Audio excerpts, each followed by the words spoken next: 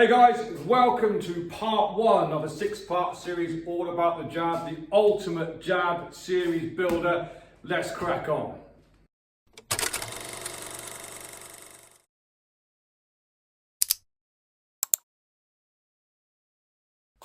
Welcome back to the Sweet Science gang. Little bit better from the slip disc, but still not 100% right. So, the jab, yes, everyone's done videos of the jab before. I'm going to do a six-part series. This is part one, taking you from the basic jab all the way through to more advanced. There's 18 jab variations we're going to look at, so make sure you stick around, but we're going to build from the basics. So, let's have a look at the common mistakes, as always. So your jab is your number one punch in boxing. Everybody knows that, okay? But a lot of people don't utilize it to the best of their abilities. They kind of just throw it out there to set up a big power shot, particularly in the beginning. It is not just for that. It's range finding, it's setting up your combos, it's dictating the pace of the fight. It's dictating range, it's owning real estate between you and your opponent. So making your jab your best weapon is one of the best things you can do. So, first mistake everybody makes. Drop it and throw it. I pull people up in here about it all the time. They're here, drop the hand and throw it. That is a telegraph that you're going to do it. Next mistake, overloading the punch.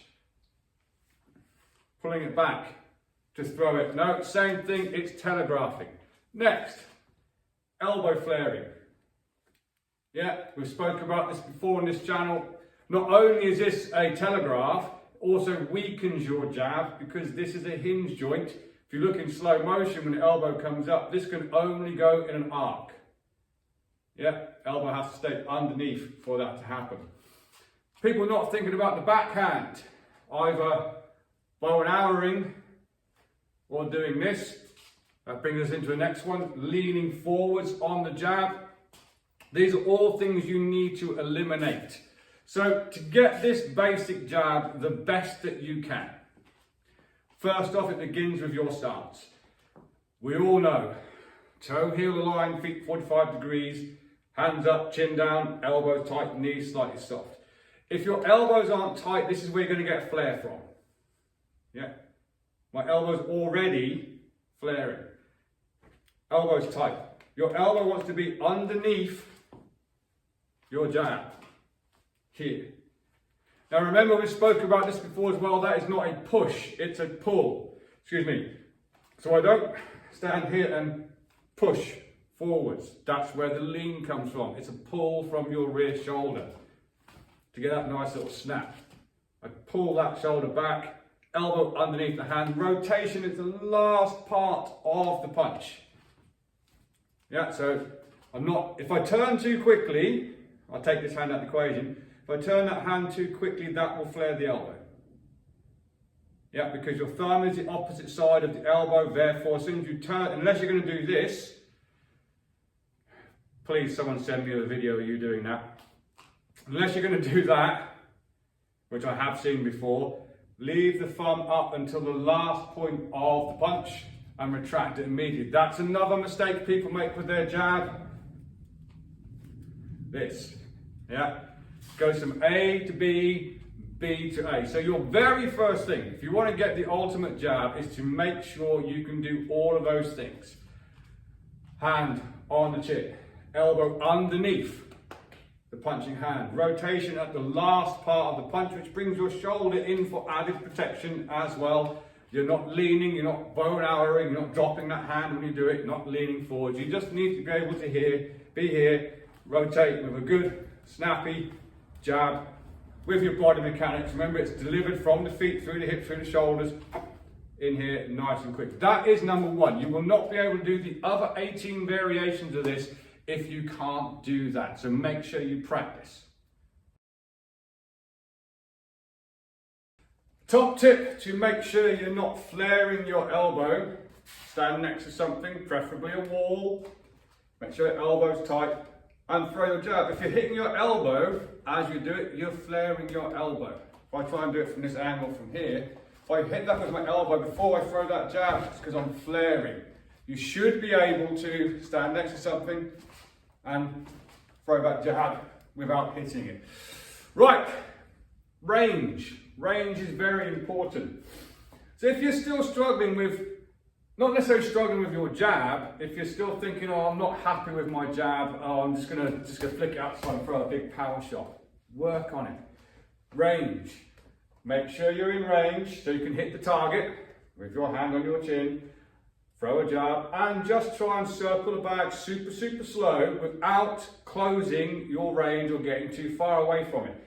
What I mean by that, so if I throw my jab here and I move here, now I have to lean to get the same thing, my range has changed. So make sure you can basically keep your footwork all the way in that range and just work around your bag a little tiny bit. Don't step in with your jab yet. If you're completely new to this and it's the first time you're watching this channel, just work this. I know I'm in range. I happen to be fairly good at my range. Step.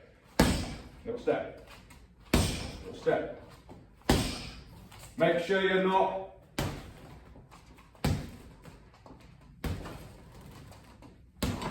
doing any of these common mistakes. Just southpaw is exactly the same drill.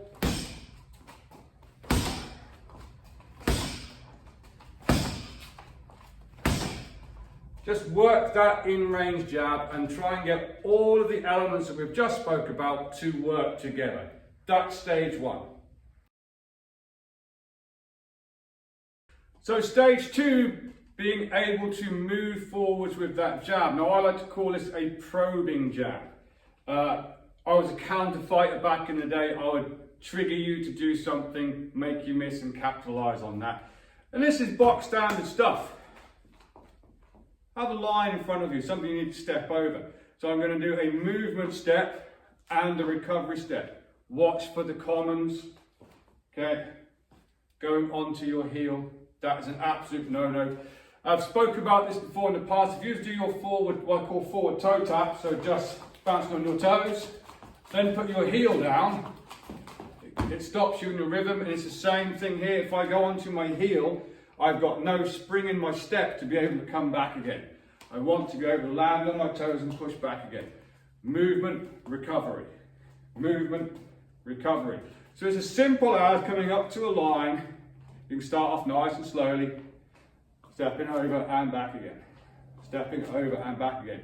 Watch you're not flaring, you're not punching off the line, you're not dropping your hand down here somewhere. We're just here. Yeah, movement step, recovery step. Have a bit of weight on your back foot. Don't be over here on your front foot, because what's going to happen here, you're going to fall forwards.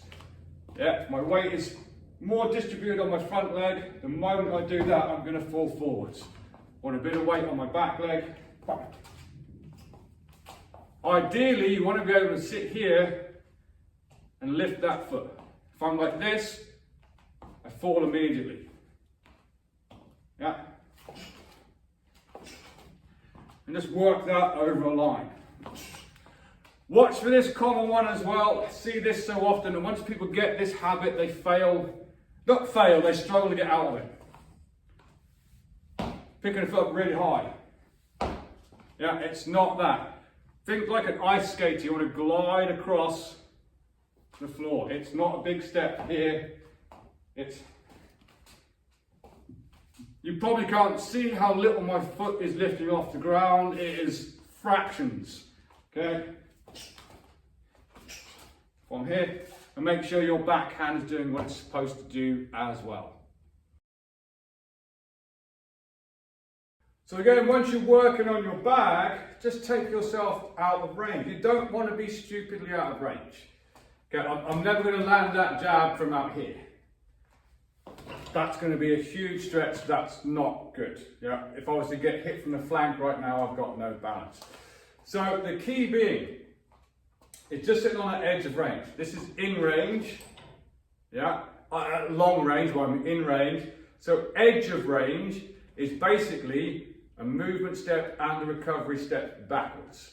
Yeah, so if I'm from there, movement step, recovery step, that's me on the edge of range. Yeah, not right out here, I've disengaged. Yeah, movement step, recovery step. Now I'm on the edge of range. So now you can do that movement step, because remember you don't want to stretch that, and just work your range. And back again. Use the retraction of the punch to get yourself back. I speak about this all the time on this channel. It's not overpowering a shot, it's technique overpowered. If I try and knock you out with a jab, which is not impossible, but probably silly, all I'm going to do is go,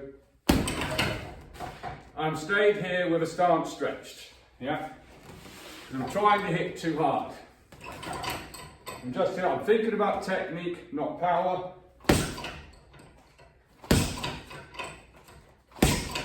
Yeah, I'm not flaring the elbow, I'm not doing this, stepping and coming back, keeping my hand on my chin, moving around.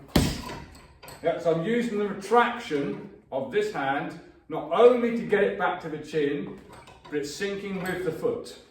Yeah, it's 100% not. Leave it out there, you will be slow with your feet, okay? You need to be moving around.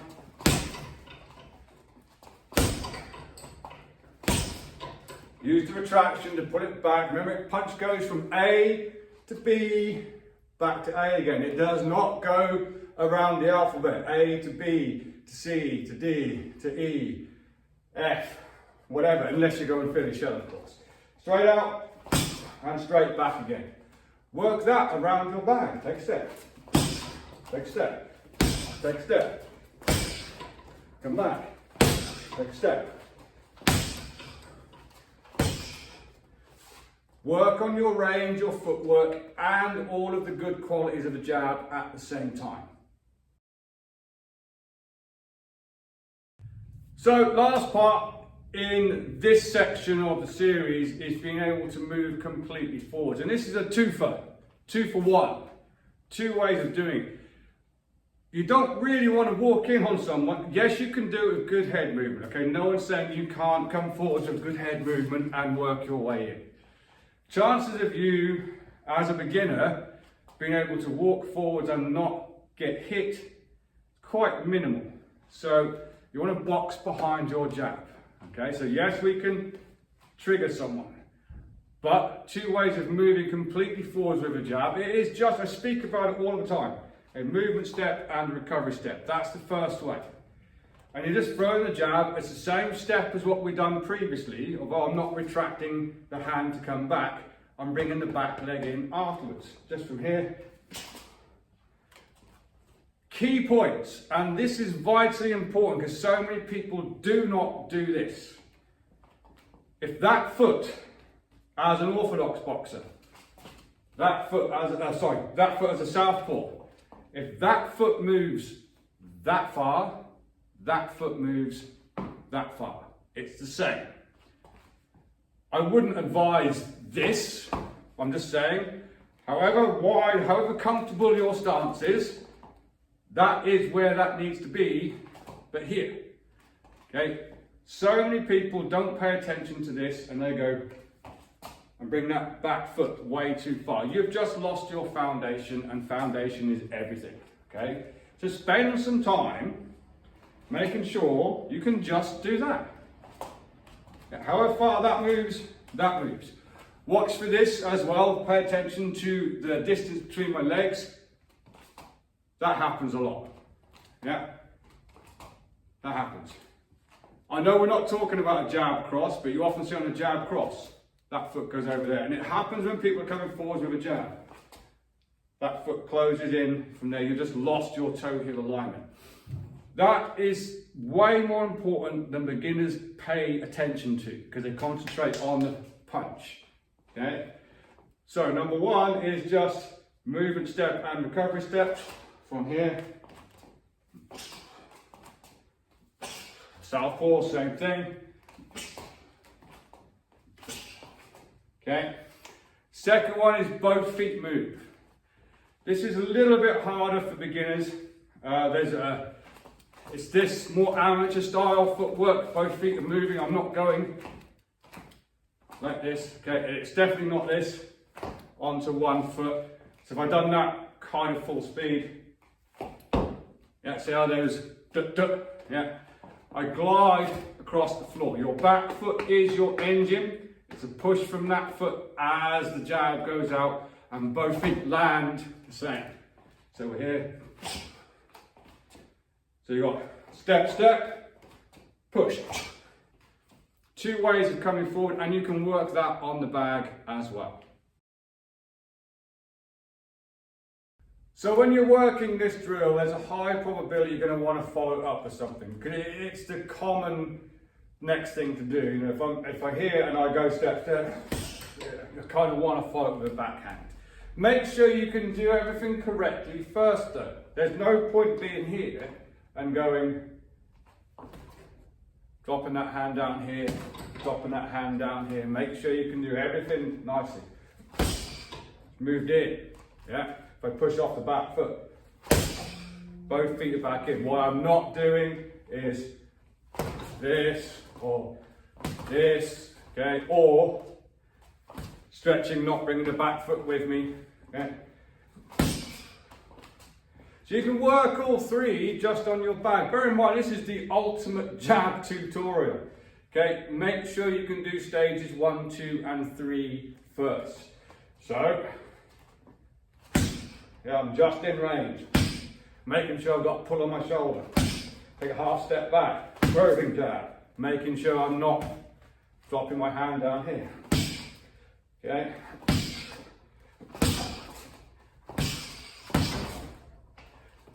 Put the double together. Yeah, you're working that. Last little detail, I have said this before, this is good. Okay, this is good, this hand. This is better. Yeah, see the difference? One's here, I'll take the hand out of the way, jab. One's here. If you look closely, what I'm doing, there's a connection. A lot of people think it's this. Yeah, it's not. There's a connection to my face. It's in contact all of the time. This is good. That's better. Notice it gets my head slightly offline. Just an extra detail at this beginning stage you can add to this. Yeah, it's not this. Yeah, gonna hit yourself. Connection.